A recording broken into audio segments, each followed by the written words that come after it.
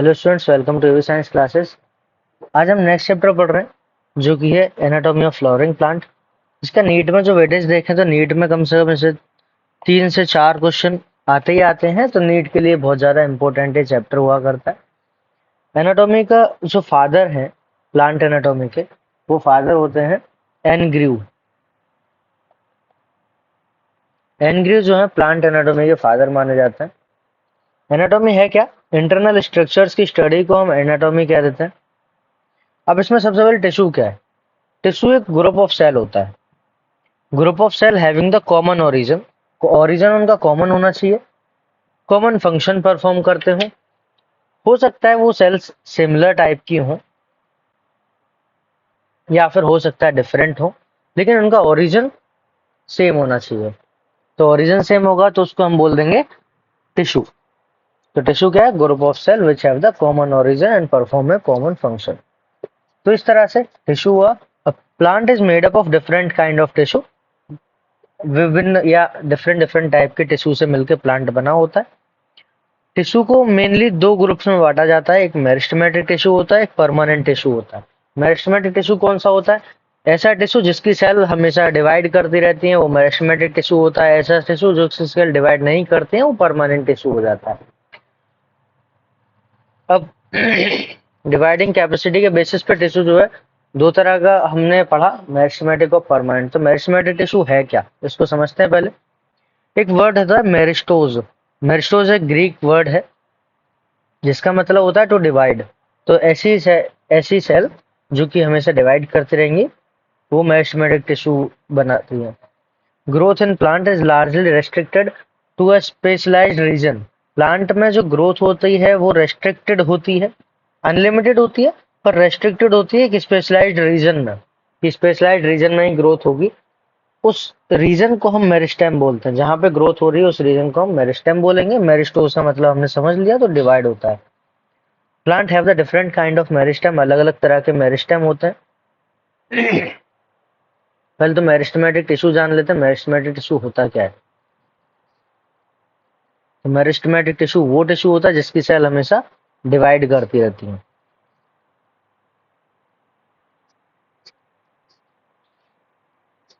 तो meristematic cell या meristematic tissue. अबे जो मेरिस्टेमेटिक टिश्यू है एक ऐसा टिश्यू होता है तो इसकी सेल जो है वो डिवाइड करती रहती हैं, तो हैव डिवाइडिंग सेल्स। अब सेल को डिवीजन करना है तो सेल में ज्यादा एनर्जी की जरूरत पड़ेगी। तो ज्यादा एनर्जी की जरूरत पड़ेगी तो मेटाबॉलिज्म ज्यादा होता है, तो सेल्स में ज्यादा मेटाबॉलिज्म होगा। Have high metabolic rate. Metabolic rate ज्यादा होगा तो इसमें रिजर्व फूड मटेरियल कम रहेगा, तो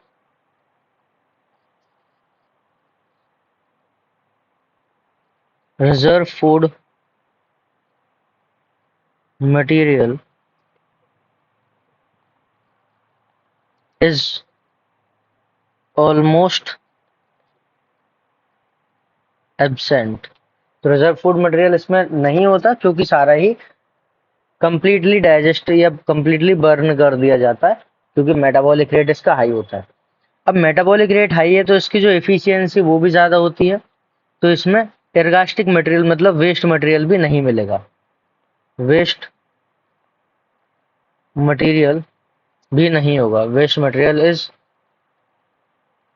ऑल्सो एब्सेंट। वेस्ट मटेरियल भी नहीं होगा। अब क्योंकि ये सेल डिवाइड करती रहती हैं तो इसमें सिर्फ प्राइमरी सेल वॉल बन पाती है। Only have primary cell wall. अगर इसके बाद सेकेंडरी सेल वॉल आ गई तो ये डिवाइड नहीं कर पाएंगी, तो इसलिए हम कहेंगे secondary cell wall is absent. तो absence of secondary cell wall. Secondary cell wall absent होगी। अगर इन सेल्स के डायमीटर की बात करें तो सबका डायमीटर लगभग बराबर होता है, तो इसलिए आइसोडायमेट्रिक सेल्स होते हैं इस टिश्यू में। आइसोडायमेट्रिक सेल्स होंगी। आइसोडायमेट्रिक सेल्स होंगी, सेल जो है इसमें इमेच्योर सेल होती हैं, इमेच्योर सेल्स होती हैं। तो इस तरह से ये मेरिस्टेमेटिक टिश्यू की कुछ प्रॉपर्टीज है कि meristematic tissue highly dividing cells होती हैं, रिजर्व फूड मटेरियल उसमें एब्सेंट होगा, लगभग वेस्ट मटेरियल बन नहीं वेस्ट मटेरियल कम ही निकलता है क्योंकि इफिशियंसी इसकी ज्यादा होती है। सिर्फ प्राइमरी सेल वॉल होती है, सेकेंडरी सेल वॉल नहीं होती, आइसोडायमेट्रिक के हुआ करते हैं। इसमें वैक्यूल भी लगभग एब्सेंट ही होते हैं, तो वैक्यूल भी इसमें नहीं होंगे। तो एब्सेंट्स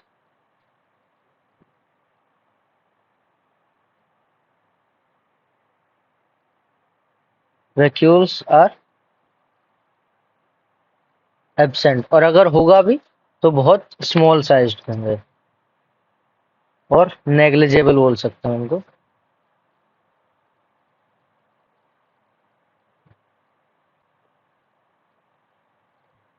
प्लास्टिड्स इसमें नहीं मिलते हैं, प्रोप्लास्टिड जरूर मिल जाएंगे। प्रोप्लास्टिड्स आर प्रेजेंट, प्लास्टिड्स एब्सेंट होता है, प्लास्टिड्स आर एब्सेंट। तो ये प्रॉपर्टीज हमने किसकी देखी, ये प्रॉपर्टीज थी मेरिस्टेमेटिक टिश्यू की। अब मेरिस्टेमेटिक टिश्यू है क्या? तो ये जो है मेरिस्टेमेटिक टिश्यू की प्रॉपर्टी हो गई। अब टिश्यू के type according to their origin, origin के अकॉर्डिंग देखें तो टिश्यू के टाइप क्या क्या होंगे?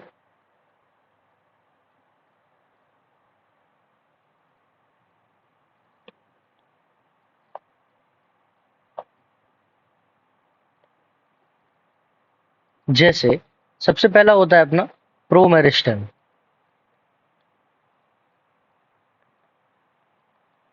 ये जो प्रोमेरिस्टेम है ये एम्ब्रियोनिक स्टेज में होता है,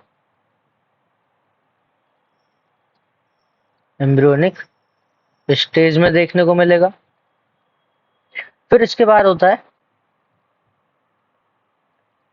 प्राइमरी मेरिस्टेम। प्राइमरी मेरिस्टेम जो होता है प्रोमेरिस्टेम भी डिवाइडिंग सेल, तो प्राइमरी मेरिस्टेम भी डिवाइडिंग ही होता है।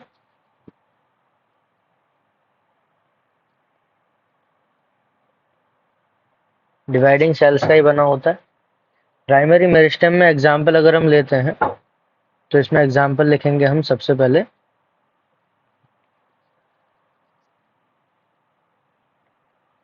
Intra fascicular cambium. तो इंट्राफेसिकुलर कैम्बियम इसका एग्जाम्पल आ जाएगा। इंट्राफेसिकुलर कैम्बियम कौन सा होता है? जैसे हम जब वेस्कुलर टिश्यू पढ़ते हैं, वेस्कुलर टिश्यू में ये हमने टीएस ऑफ स्टेम बनाया, तो कुछ इस प्रकार से स्ट्रक्चर्स हमें दिखाई देती हैं। आगे हम पढ़ेंगे सारी स्ट्रक्चर्स डिटेल में। तो कुछ इस प्रकार से ये स्ट्रक्चर्स दिखाई देते हैं। तो ये जो स्ट्रक्चर्स हैं ये वेस्कुलर बंडल है। इस वेस्कुलर बंडल में बीच में एक कैम्बियम प्रेजेंट होता है, जो कि मेरिस्टेमेटिक रिंग, मेरिस्टेमेटिक एक कैम्बियम होता है। ये जो मेरिस्टेमेटिक कैम्बियम है इसको हम बोलते हैं intrafascicular cambium, intrafascicular cambium. Intra मतलब एक के ही अंदर, तो ये इंट्राफेसिकुलर कैम्बियम है। बाकी इसमें ये सब जो दिख रहा है, ये जो पोर्शन दिख रहा है ये परमानेंट टिश्यू है। अब प्राइमरी मेरिस्टेम से तो एक इंट्राफेसिकुलर कैम्बियम एग्जांपल हो गया, और दूसरा एग्जांपल कौन सा हो सकता है इसमें?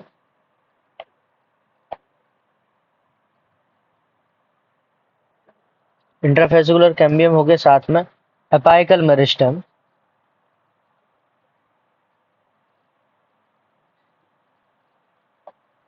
अपाइकल मेरिस्टेम में दोनों तरह के हो सकते हैं, रूट अपाइकल मेरिस्टेम भी हो सकता है और शूट अपाइकल मेरिस्टेम भी हो सकता है।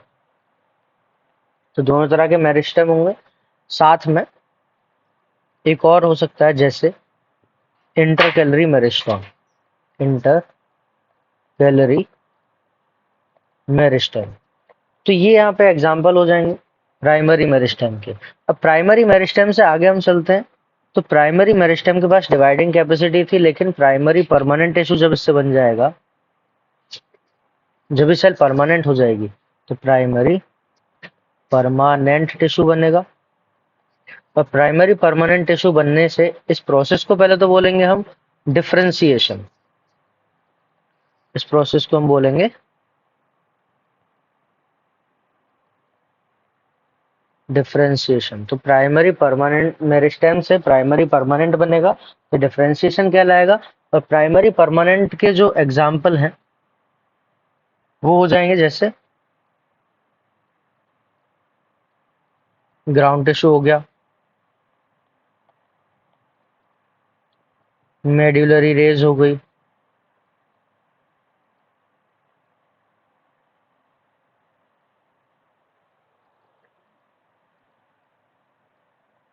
एक्सेट्रा। तो ये क्या होगा कि प्राइमरी परमानेंट टिश्यू हो गया।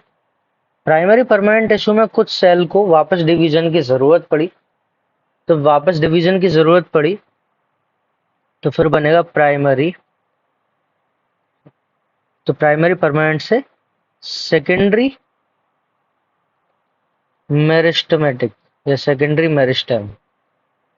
अब सेकेंडरी मेरिस्टेम बना मतलब इसको वापस से जो परमानेंट सेल है उसको डिवाइडिंग सेल में कन्वर्ट कर दिया गया, तो ये कहलाएगी डी डिफरेंशिएशन। जो इसका फंक्शन था वो चला गया फिर से, तो डी डिफरेंशिएशन।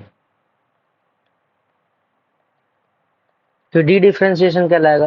तो इसके बाद सेकेंडरी मेरिस्टेम का एग्जाम्पल कौन हो जाएगा, जैसे इंटर। अभी हमने पढ़ा था इंट्रा, ये पढ़ रहे हैं हम इंटर फेसिकुलर कैम्बियम। दूसरा एग्जाम्पल कॉर्क कैम्बियम। एक होता है इंटरफेसिकुलर कैम्बियम, दूसरा होता है कॉर्क कैम्बियम। कॉर्क कैम्बियम से कहाँ होगा, जैसे हमने अभी अभी देखा था, तो ये जो रीजन था, ये मेडुलरी रेज है, ये जो है ये मेडुलरी रेज है, ये परमानेंट होता है, पेरेन्काइमेटस सेल्स है बेसिकली ये। अब इसमें कुछ सेल इस मेरिस्टेमेटिक टिश्यू से इंड्यूस होकर ये भी मेरिस्टेमेटिक बन जाती हैं। जो ग्रीन वाली लाइन बनाई है ये भी मेरिस्टेमेटिक बन गया है, पहले परमानेंट था अब मेरिस्टेमेटिक बन गया है। तो ये जो बाद में मेरिस्टेमेटिक बना है तो ये कहलाएगा इंटरफेसिकुलर कैम्बियम। जो ये वाला बना है इंटर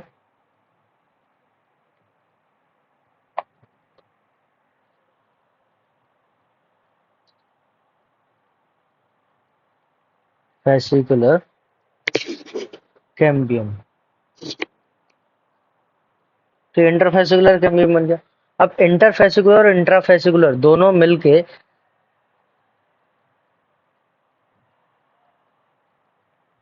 इंटरफेसिकुलर और इंट्रा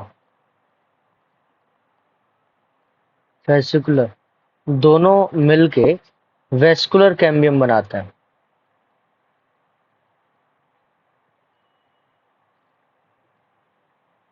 तो ये वेस्कुलर कैम्बियम बना। अब ये वेस्कुलर कैम्बियम जब बन गया तो ये पार्शियली प्राइमरी होता है, पार्शियली सेकेंडरी होता है। क्यों? क्योंकि जो वेस्कुलर कैम्बियम है, जो वेस्कुलर रिंग है, इसमें जो इंटरफेसिकुलर कैम्बियम है ये प्राइमरी होता है और इंट्राफेसिकुलर कैम्बियम सेकेंडरी मेरिस्टेम होता है। तो ये हमें याद रखना। अब सेकेंडरी मेरिस्टेम से जब सेल परमानेंट हो जाएगी वापस से, तो सेल परमानेंट हो जाएगी तो फिर होगी सेकेंडरी परमानेंट। अब सेकेंडरी परमानेंट का एग्जाम्पल क्या होगा, जैसे फेलेम, फेलोडर्म, सेकेंडरी जाइलम, सेकेंडरी फेलोएम। तो ये जो है एग्जाम्पल, ये सेकेंडरी परमानेंट टिश्यू के हैं। तो हमने ये सेकेंडरी परमानेंट हो गया, secondary meristem, primary permanent, primary meristem, ये सब देखा। अब एग्जाम्पल में अब इसमें एनसीईआरटी में क्या लिखा है वो हम देखते हैं। Plant have different kind of meristem, plant के पास डिफरेंट डिफरेंट मेरिस्टेम होते हैं। Meristem which occurs at the tip of root and shoot are primary meristem, produce primary tissue, इसको हम एपाइकल मेरिस्टेम बोल देते हैं। कहाँ मिलेगा? Root apical meristem occupy at the tip of root और shoot apical meristem at the tip of shoot. तो पहले इसकी लोकेशन देख लेते हैं। ये जो है रूट टिप है और ये जो है ये शूट टिप है। तो इसमें ये जो दिख रहा है ये मेरिस्टेमेटिक टिश्यू है जिसकी सेल डिवाइड करती रहती है। तो क्योंकि ये शूट के एपेक्स पे है तो ये शूट अपाइकल मेरिस्टेम कहलाएगा। सेम इसी तरह से ये जो है ये रूट के एपेक्स पे है तो रूट अपाइकल मेरिस्टेम ये कहलाता है। अगर इसके डायग्राम को ध्यान से समझें तो एक डायग्राम अगर हम अलग से बनाते तो यहाँ पे ये समझ आएगा हमें। जैसे ये सॉइल सरफेस है, सॉइल सरफेस के लोअर साइड में ये यहाँ पे जो मेरिस्टेम है ये रूट का मेरिस्टेम है तो रूट अपाइकल मेरिस्टेम होगा। और अगर यहाँ पे मैं शूट बनाता हूं तो इस जगह जो होगा वो शूट अपाइकल मेरिस्टेम होगा। तो रूट अपाइकल मेरिस्टेम हो गया और एक शूट अपाइकल मेरिस्टेम हो गया। अब शूट अपाइकल मेरिस्टेम में मेरिस्टेमेटिक टिश्यू है। अब यहाँ पे एक पढ़ते हैं इंटरकैलरी मेरिस्टेम। इंटरकैलरी मेरिस्टेम कब बनता है?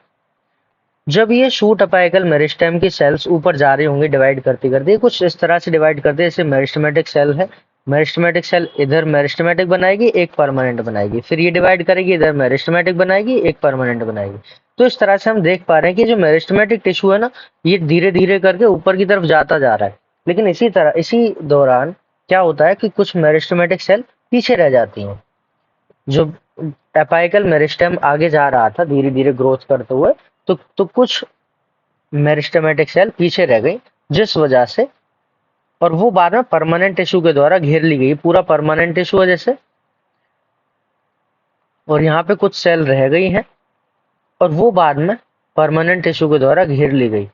तो जब परमानेंट टिश्यू के द्वारा घेर ली गई तो वहां यहाँ पे ये जो सेल्स बची ये एक मेरिस्टेमेटिक तो है ही, अभी मेरिस्टेमेटिक है तो ये बीच में आ गई तो इसको हम बोलेंगे इंटर कैलरी मेरिस्टेम।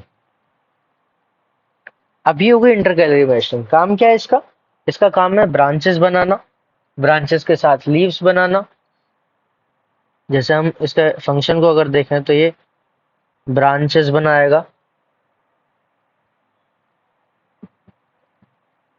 लीव्स बनाएगा,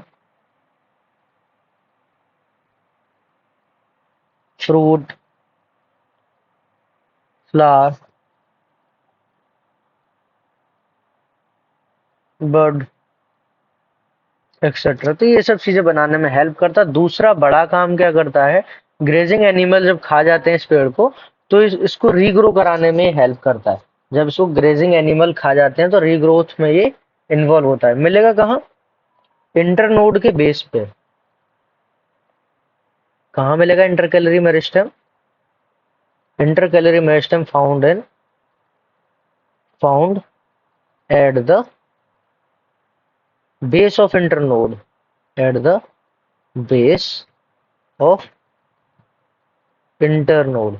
तो इंटरनोड के बेस पे देखने को मिलता है। अब इंटरनोड अगर मैं बताना चाहूँ तो कुछ इस प्रकार से होगा, जैसे हमने बैम्बू देखा ही है, जैसे बैम्बू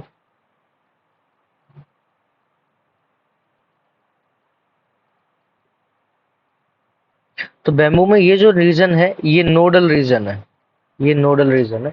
और इस जगह पे ये है नोड, ये भी नोड है, और ये जो बीच का हिस्सा बचा ये इंटरनोड है। अब इस इंटरनोड के जैसे इंटरनोड है तो इसके बेस पे यहाँ पे इंटरकैलरी मेरिस्टेम होगा, इंटरकैलरी मेरिस्टेम यहाँ पे होगा, इंटरकैलरी मेरिस्टेम इसी तरह से यहाँ पे होगा इंटरकैलरी मेरिस्टेम। मतलब इंटरनोड जो होता है उसके बेस पे इंटरकैलरी मेरिस्टेम देखने को मिलेगा। तो ये लोकेशन भी हमने देख ली इसकी। एक मेरिस्टेम बचा लेटरल मेरिस्टेम। जो भी अभी हमने कैम्बियम पढ़ा था, ये जो हमने कैम्बियम पढ़ा यहाँ पे, ये जो मेरिस्टेमेटिक रिंग बनी ये सिलेंड्रिकल है, इसको हम लेटरल मेरिस्टेम बोलेंगे। लेटरल मेरिस्टेम मतलब ये जो था ये ट्रांसफर सेक्शन है किसका, स्टेम का। स्टेम का ट्रांसफर सेक्शन जब काटेंगे तो उसमें जो रिंग लाइक स्ट्रक्चर दिखेगी, रिंग लाइक मैनर में जो मेरिस्टेमेटिक टिश्यू है वो लेटरल मेरिस्टेम कहलाता है। तो ये लेटरल मेरिस्टेम पार्शियली सेकेंडरी होता है, पार्शियली प्राइमरी होता है। तो ये हमें याद रखना है कि इंटरफेसिकुलर कैम्बियम जो है, मतलब जो इंटरफेसिकुलर कैम्बियम था वो सेकेंडरी होता है, जबकि इंट्राफेसिकुलर प्राइमरी होता है। ये हमें याद रखना है। नेक्स्ट इसमें क्या मिलेगा, अब during the formation of leaves, elongation of stem, जब लीव्स बनती है स्टेम elongate होता है। Some cells left behind from the shoot apical meristem, जब स्टेम ग्रो कर रहा था तो उस समय पे शूट अपेकल मेरिस्टेम की कुछ सेल पीछे रह जाती हैं, कंस्टिट्यूट द एक्सिलरी बड, बाद में वो एक्सिलरी बड बनाएंगे। Such buds present in the axil of leaves, और ये बर्ड्स जो है एक्सेल में, लीव की एक्सेल में प्रेजेंट होती है। Are capable of forming the branches और ए फ्लावर, ब्रांच बनाए, फ्लावर बनाए, जो भी कुछ एक्सेसरीज बनानी है वो सब बनाने के लिए वो कैपेबल होती है।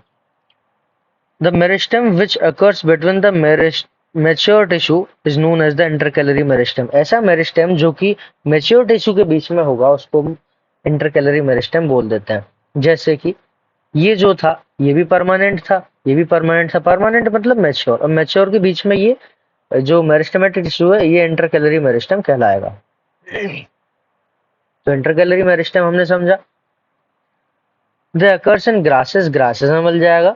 Regenerate the parts removed by the grazing herbivores, grazing herbivores जैसे कि बकरी हो गई, तो बकरी अगर घास खा जाएगी तो उसको रीग्रो कराने में ये इंटरकैलरी मेरिस्टेम काम आते हैं। Both apical meristem intercalary meristem are primary, दोनों ही प्राइमरी होते हैं। साथ में रूट अपेकल मेरिस्टेम भी बेसिकली प्राइमरी ही होता है, because they appear early in the life of plant, plant में सबसे पहले आ जाते हैं ये। Contribute to the formation of primary plant body, और ये प्राइमरी प्लांट बॉडी बनाने में हेल्प करते हैं। आगे हम बात करते हैं the meristem that occurs in the mature region of the root and shoot mainly of many plant, particularly those that produce the woody axis and appear later than the primary meristem is called secondary meristem। Simple सा, जो secondary meristem होता है वो बाद में आता है, दूसरा वुडी एक्सिस बनाने में हेल्प करता है, और वो जो है सिलेंड्रिकल मेरिस्टेम होता है, they are cylindrical. Cylindrical meristem कौन सा, जैसे ये इसमें हमने देखा था, ये जो मेरिस्टेमेटिक टिश्यू है सिलेंड्रिकल मेरिस्टेम है, तो सिलेंड्रिकल मेरिस्टेम होगा ये। अब सिलेंड्रिकल मेरिस्टेम है। Fascicular vascular cambium, fascicular vascular cambium दो तरह का हमने पढ़ा था। इंट्राफेसिकुलर कैम्बियम जो था वो प्राइमरी था, जबकि इंटरफेसिकुलर कैम्बियम जो था वो सेकेंडरी था। और साथ में कॉर्क कैम्बियम, ये भी लेटरल होता है, ये कंप्लीटली सेकेंडरी होता है meristem. These are responsible for the producing secondary tissue, तो ये सेकेंडरी टिश्यू बनाने में हेल्प करता है। हम ऐसा कह सकते हैं कि सारे सेकेंडरी मेरिस्टेम, सारे सेकेंडरी मेरिस्टेम लेटरल होते हैं, सारे सेकेंडरी मेरिस्टेम लेटरल होते हैं, बट सारे लेटरल मेरिस्टेम सेकेंडरी नहीं होते। सारे सेकेंडरी मेरिस्टेम लेटरल होते हैं, लेकिन सारे लेटरल मेरिस्टेम सेकेंडरी नहीं होते। जैसा कि हमने यहाँ अभी देखा है कि ये जो है ये भी लेटरल है, पर ये सेकेंडरी नहीं है, ये प्राइमरी है। लेकिन जितने भी सेकेंडरी बनते हैं वो सब लेटरल होते हैं। जैसे ये सेकेंडरी बना तो ये भी लेटरल है, और इधर कॉर्क कैम्बियम बनेगा तो वो भी लेटरल होगा।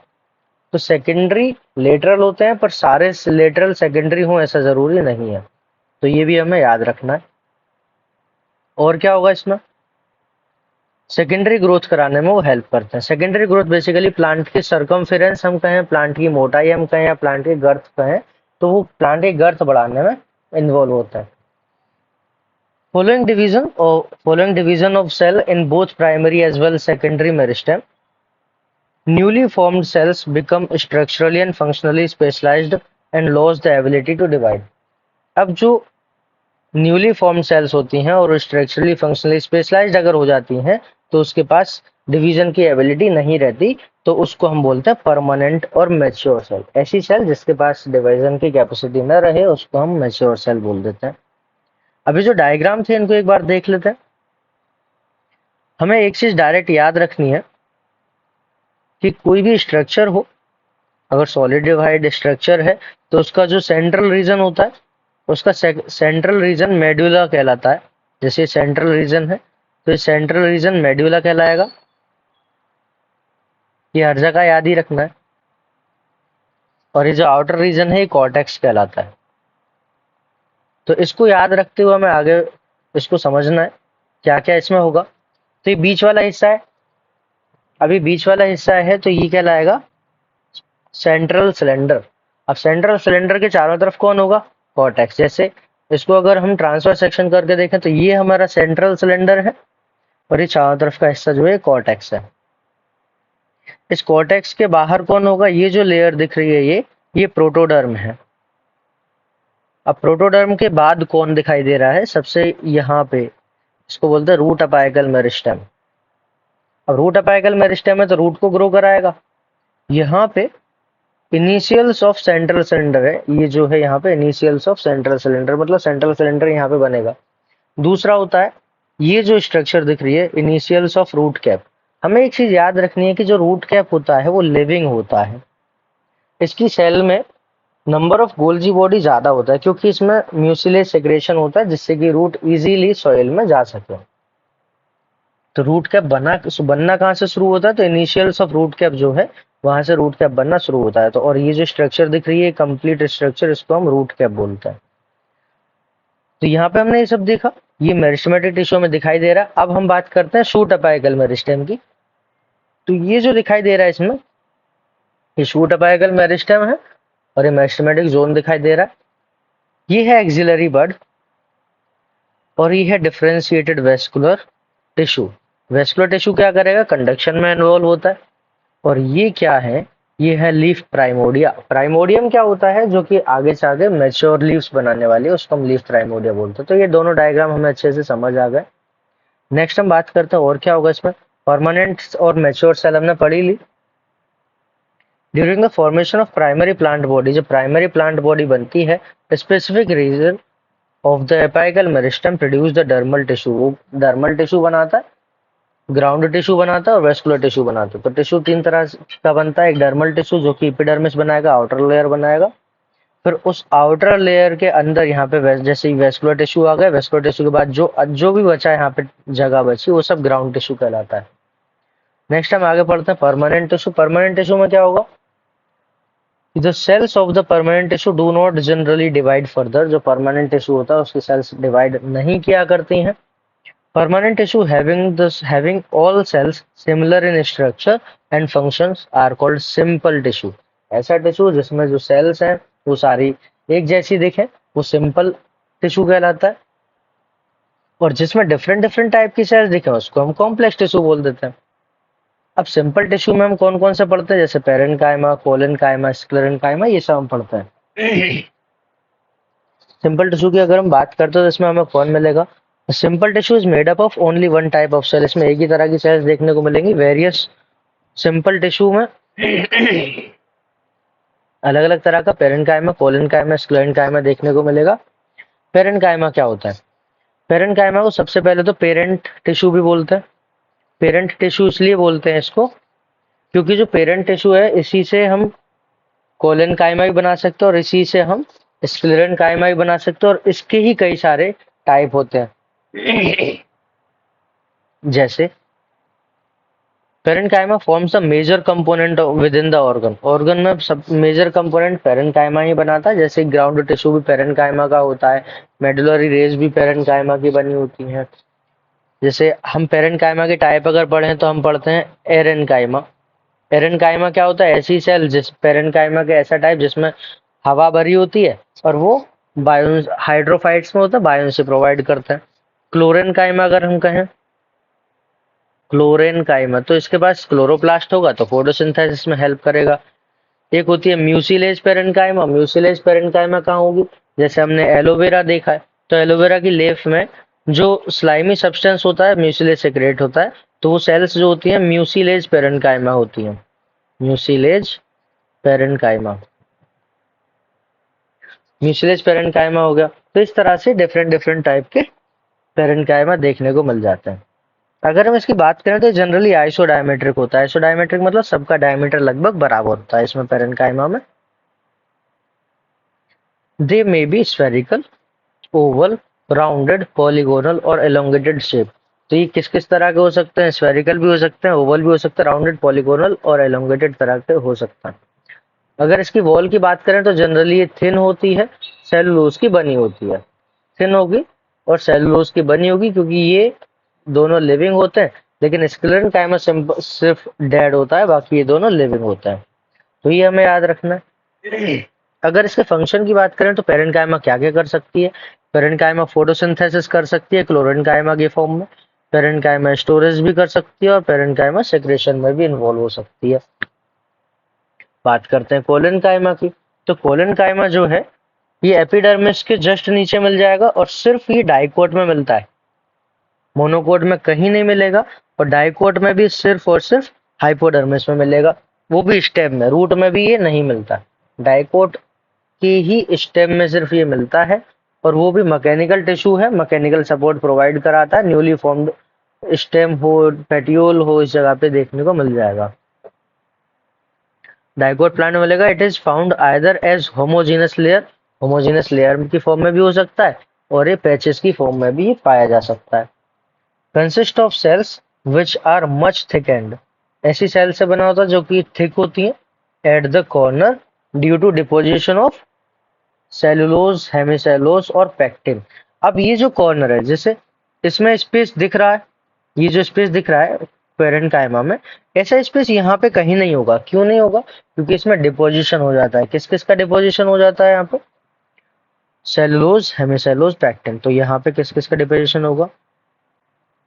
सेल्यूलोज, हेमिसेल्यूलोज और पेक्टिन। सेलुलोज, हेमिसेल्यूलोज और पेक्टिन का यहाँ पे डिपोजिशन हो जाता है। कोलेनकाइमेटस सेल्स में भी ओवल, ओवल भी हो सकती हैं, स्फेरिकल भी हो सकती हैं, पॉलीगोनल भी हो सकती हैं। इसके पास क्लोरोप्लास्ट होगा और ये फोटोसिंथेसिस भी कर लेगी। These cells are assimilate, assimilate का मतलब होता है बनाना। These cells assimilate the food when they contain the chloroplast, जब इनके पास क्लोरोप्लास्ट होगा तो ये फोटोसिंथेसिस भी करेंगी और फूड बनाएंगी। इंटरसेलुलर स्पेसिस में जनरली एब्सेंट हुआ करता है। They provide the mechanical support to the growing part, जो नए नए स्टेम आते हैं, जैसे ग्रीन कलर का कोई स्टेम आया है नया नया, तो उस नए न्यूली फॉर्म्ड स्टेम में पेरेंट ये कोलेनकाइमा प्रेजेंट होती है हाइपोडर्मिस में। लीफ की पेट्यूल में भी ये मिल जाएगी। लीफ की पेट्यूल में क्या करेगी? जब लीफ है, ये इसकी पेट्यूल है, ये लीफ है, ये मेन एक्सिस की। अब यहाँ पे इसमें कोलेनकाइमा भरा होगा। यहाँ पे क्या करेगा कोलेनकाइमा? मैकेनिकल सपोर्ट प्रोवाइड करता है जिससे कि ये लीफ हवा में फ्लैटर कर सके। Next, it consist of cells which are much thicken. ठीक है, अब और क्या होगा इसमें? इंटरसेलुलर स्पेस एब्सेंट होगा। They provide the mechanical support to the growing part such as young stem और पेट्यूल ऑफ लीफ। तो पेट्यूल ऑफ लीफ में भी देखने को मिल जाएगा। अब बात करते हैं स्क्लेरेन्काइमा की। Sclerenchyma consist of long narrow cells with thick lignified cells walls. अब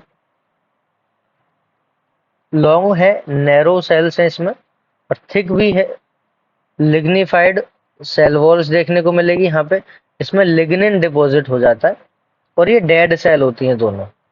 ये ट्रैकिड्स की ये जो है स्क्लेरिड्स और फाइबर की फॉर्म में, स्क्लेरिड्स और फाइबर की फॉर्म में देखने को मिलता है। डेड होते हैं ये। जब डेड है तो प्रोटोप्लाज्म में होगा ही नहीं, तो विदाउट प्रोटोप्लाज्म में हुआ करता है। On the basis of variation in the form, ये दो तरह के होते हैं, फाइबर्स की फॉर्म में भी मिलेंगे और स्क्लेरेट्स की फॉर्म में भी मिलेंगे। फाइबर्स जो होते हैं वो थिक वॉल्ड होते हैं, एलोंगेटेड होता है और पॉइंटेड एंड्स। तो थिक वॉल्ड दिख रहे हैं और एलोंगेटेड भी दिख रहे हैं। एलोंगेटेड मतलब लंबे से, और यहाँ पे टेपरिंग एंड ये देखने को मिल रहे हैं इसके। टेपरिंग एंड बोल दो या पॉइंटेड एंड इसको बोल सकते हैं। जनरली अकरिंग इन ग्रुप में देखने को मिलता है in various part of the plant. स्केलेट्स जो होता है वो स्फेरिकल होता है, ये स्फेरिकल हमें दिखाई दे रहा है। ओवल भी हो सकता है, सिलेंड्रिकल भी हो सकता है और हाईली थिकेंड होगा। हाईली थिकेंड है और डेड सेल इसमें देखने को मिल जाती है। Dead cell with very narrow cavity of lumen. अब यहाँ पे ल्यूमन बहुत कम दिखाई दे रहा है, ये ल्यूमन है बहुत कम है, तो नैरो ल्यूमन इसमें दिखाई देगा। These are commonly found in the fruit walls. Fruit में देखने को मिल जाता है, जैसे कि walls of nut, walls of nut में देखने को मिल जाएगा। Pulp of fruit like guava, guava के पल्प में देखने को मिल जाएगा। पियर में मिल जाएगा ये, नाशपाती। सपोटा, सपोटा में जैसे जब खाते हैं तो उसमें दाने दाने जैसे महसूस होता है, तो वो स्क्लेरिड्स ही होते हैं, चीकू को बोलते हैं सपोटा।